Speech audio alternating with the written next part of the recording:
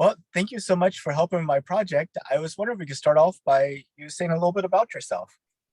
Well, thank you so much for inviting. I was going to say us, but it's me. I'm Dr. Levanah Jen Loxman Lutin. That's a really long name. It's great for grants. I'm just Jen.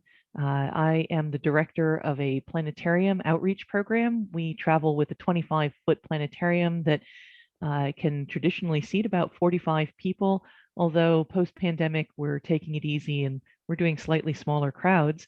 And our emphasis is moving STEM into the communities in unexpected places. And I can tell you a little bit more about that a little bit later. So. Well, Jen, that sounds like amazing work. I often think about how our relationship with the night sky has changed over time. And I imagine as a curator or guardian, or I'm not sure what you would call it, but as a planetarium person, you're probably well aware of people's relationship with the night sky.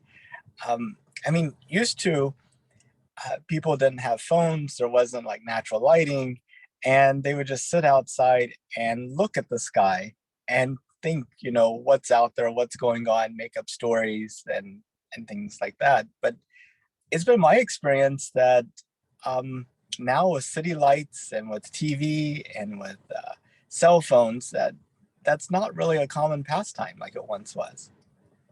No, in fact, you've touched on something that's really important.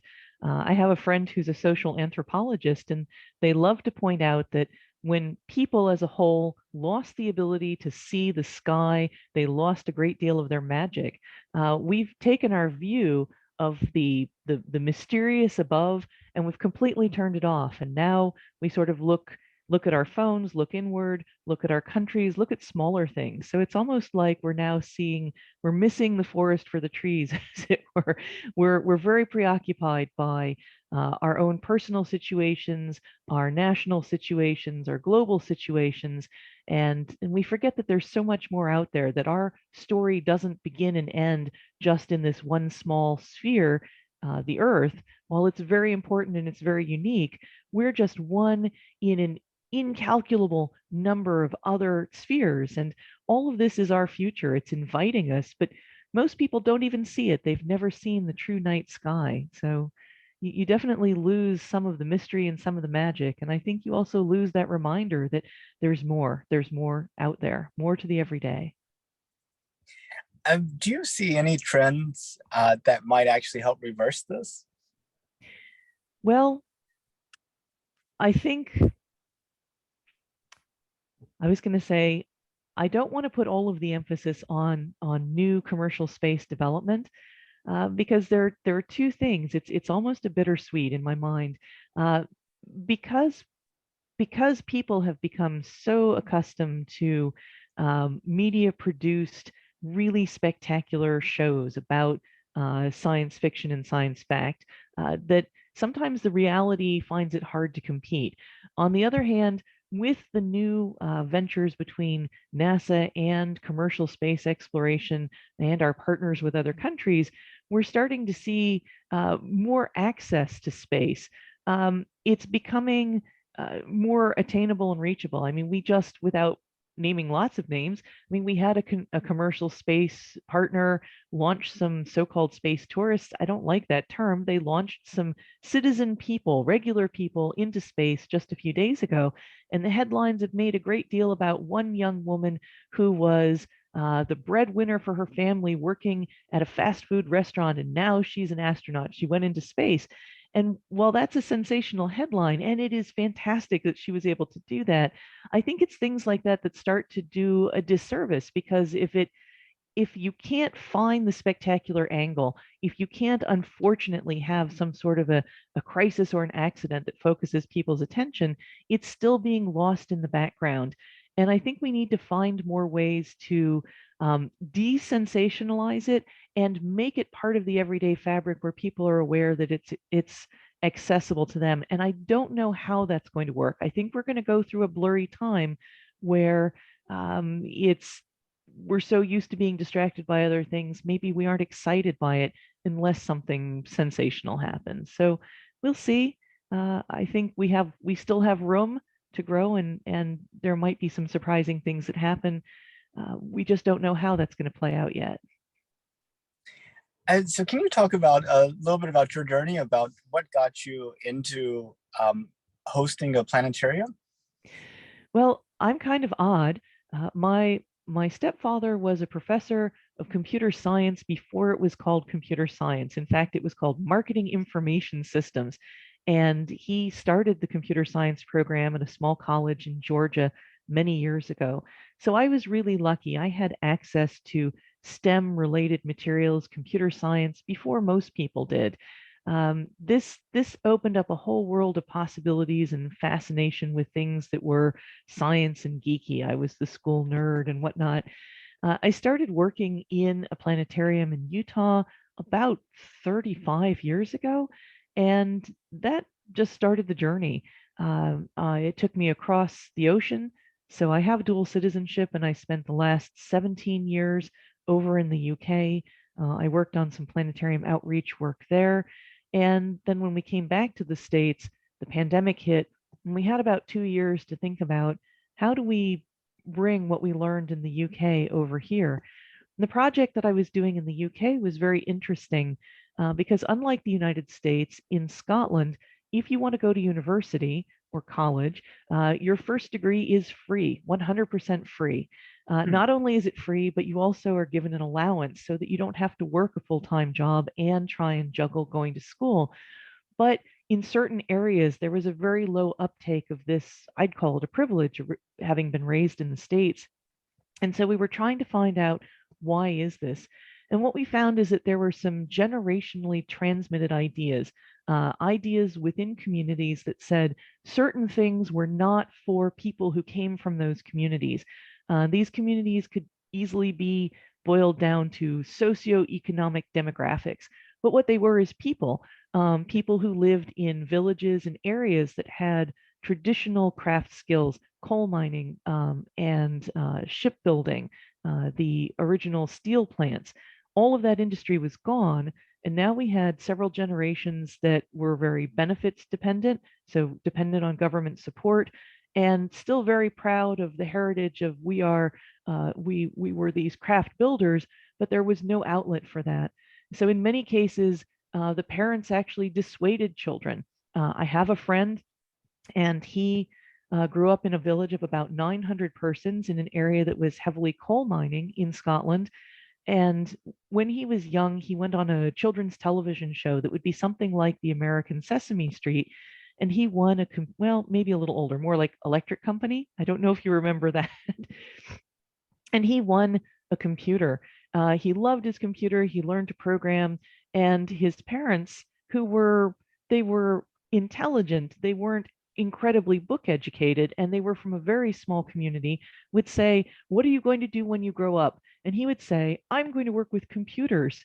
And they would say, as only a Scot could say, "Ach, no, computers are no a real job. Computers aren't a real job. You need a real job." Well, he actually went to school and became a software developer. So it's a good thing that didn't stick. And it wasn't because his parents were trying to be cruel. It's simply that in their mind, this wasn't a realistic future. And they wanted to see their son exceed and move beyond the boundaries of this village. And I see the same thing happening inside space and other STEM.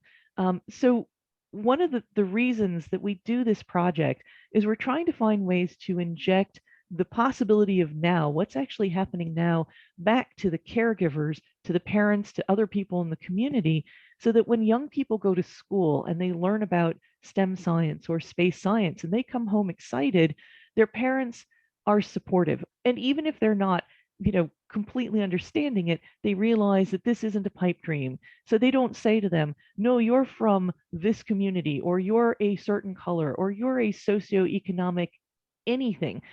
You're just not going to go there. That's not for you." We want to try and combat that.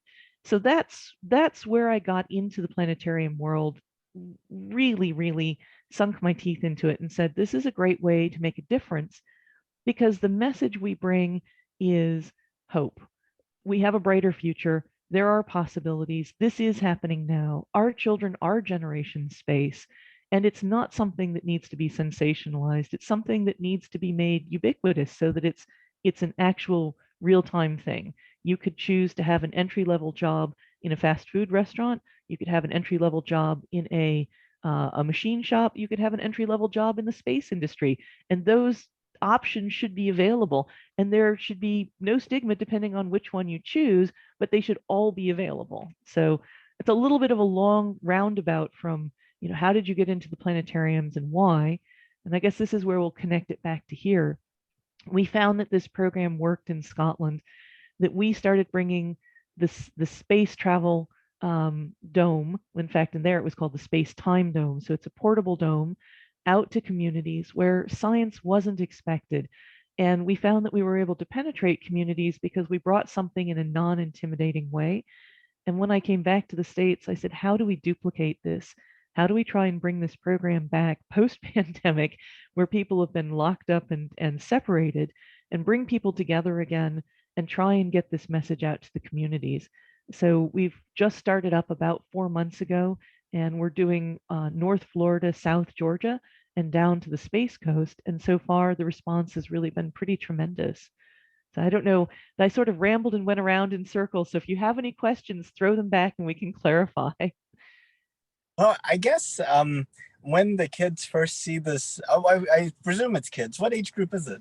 Well, these domes were originally designed for taking them out to schools and school kids. The original predecessor to this was a dome that you actually had to crawl into on your hands and knees, and inside it was a traditional like optical projector that just projected stars, the night sky, and it was a fantastic experience. But there was a gentleman out of Texas, Houston, whose wife said there has to be a better way. You can't make people crawl in on their hands and knees, and he created a dome that you could walk in. It's still traditionally brought to schools, but when I looked at it, I said, now that people can walk in, we can try and solicit more adults because adults don't want to crawl into a dome on their hands and knees. So traditionally, primarily, it's geared towards young persons. But again, our focus is how do we get the parents and the caregivers and other community members to come in and have this experience? So the result is almost as startling for the parents and the kids. They walk into this dome and they are transported to another environment. And we're able to display not just the night sky in all its amazingness, but we're also able to, with high definition projection, full 360 surround immersive programs. So we have a number of programs that deal with the history of space exploration, current space exploration. We in fact just got one from the Fisk Planetarium called Forward exclamation point to the moon, and it talks about the Artemis and Orion program and how this is going to be the gateway to Mars. So it brings something that may either be uninteresting or even intimidating to a lot of people out in a format that's enjoyable and really surprising. So Um, so you mentioned Artemis, our plan to go forward to the moon again.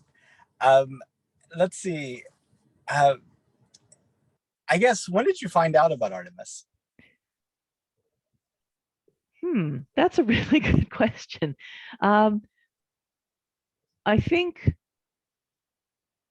I'm going to actually tarnish my reputation here and say that having been in the United Kingdom, my focus was on the development of spaceports in Scotland, and I wasn't really keeping an eye on NASA. In fact, it was in the back there, but I think I really became aware of Artemis in the last year and a half.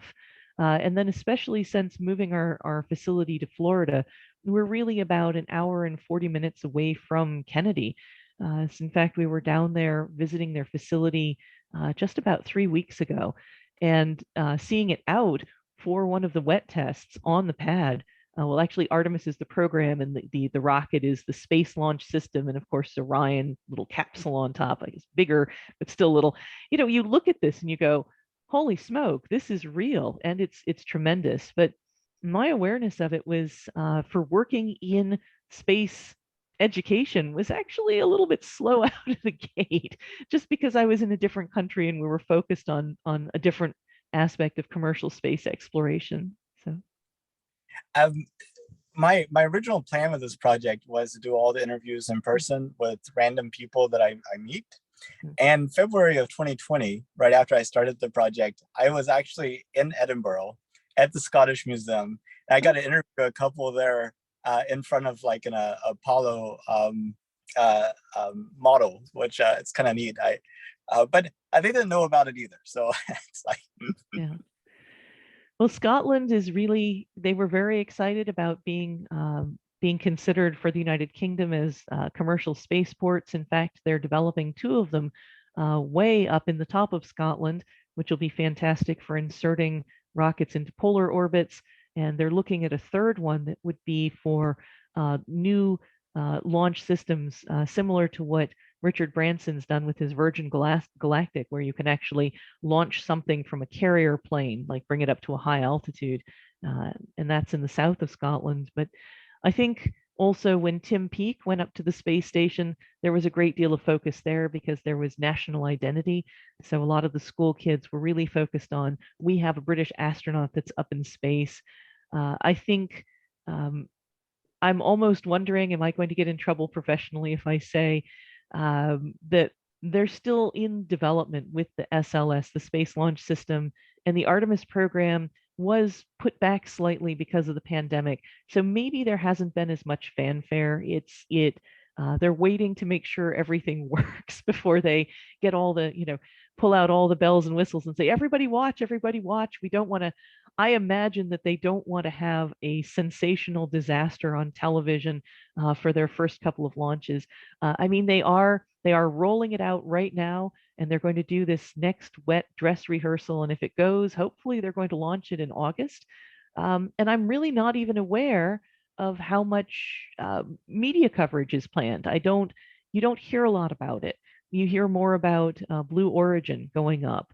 At this point, you hear even less about Musk's SpaceX, and SpaceX is actually a working concern with contracts delivering people I'm sorry, I was going to say real astronauts, delivering persons to space, whether they are commercial astronauts or governmental astronauts.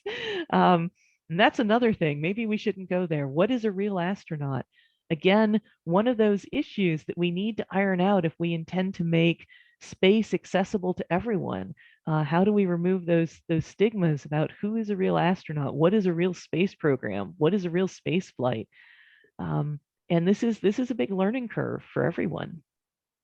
yeah, no, that's a good point. I think, these astronauts back in like the Mercury days and Gemini days and Apollo days were like, these national heroes, right? And I think this decade is going to be transformative where we actually go from space launches being so unique that everyone has a mission patch to people just having boarding passes, and so like becoming an astronaut may not be significant for long. Well, and I think, again, it's one of those, I'm older, I'm stuck in the in-between generation. So I was alive when we set foot on the moon for the first time, but I don't remember it. That's about as much of my age as I'll give away. And you're right, at one time the astronauts were seen as national heroes. I think it's very interesting that recently we've seen both fictitious reimaginings and new biopics that are looking at them, and they're actually showing their human side. The astronauts were people, and they were working a very dangerous, very high pressure job, and they were men who were not trained for public relations. They were thrust into a media spotlight, and some of the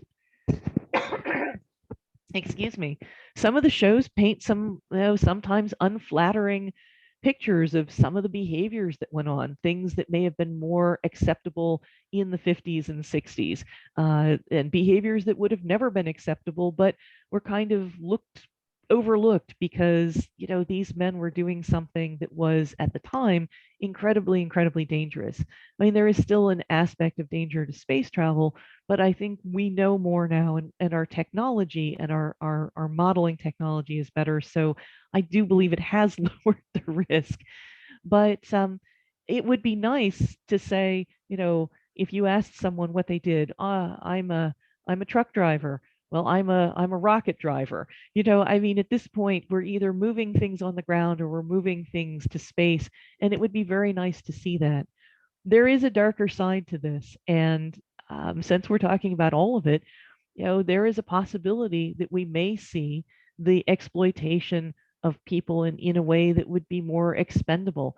We know if we look at human nature through things like colonization or the utilizing of poor people with less options into dangerous work. Think about coal mining.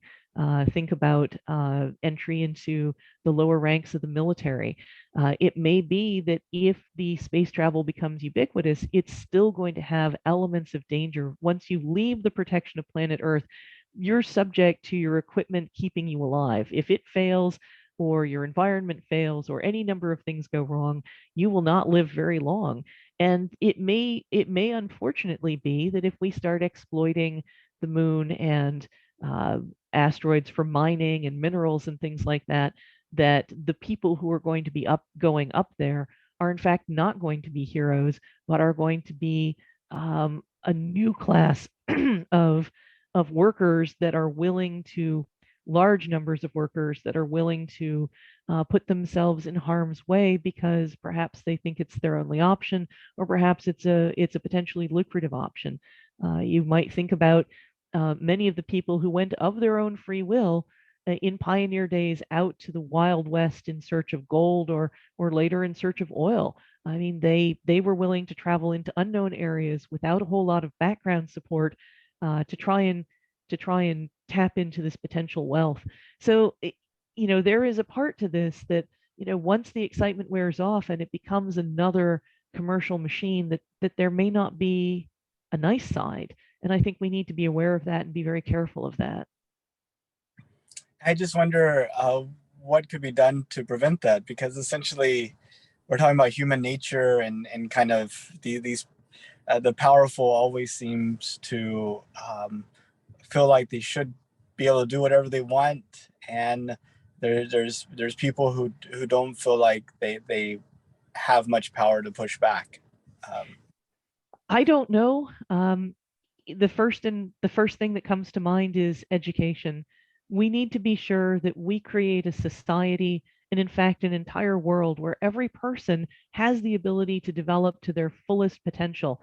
And if they, having the ability, the equal access to education and choices, are able to develop to their fullest ability, they can make an individual choice. This is a very risky job. It has, and in fact, I believe that corporations will respond. If someone says, if they need 1,000 people to go and mine asteroids, and 1,000 people all have the same education access and they all have the same background, and we don't have poverty as an issue, then it becomes a personal choice. They can say, I'll undertake that. I know it's dangerous, but there's going to be some lucrative payoff for some reason, or perhaps I want the adventure. And it's not a matter of, this is an amazing job. It's the best job I could possibly get, and I'm poor and I don't have any other options. So I'll allow myself to be placed in this dangerous position because it's what I think I can do. So I think education is going to be really the great equalizer. And I think that's a whole discussion for another day.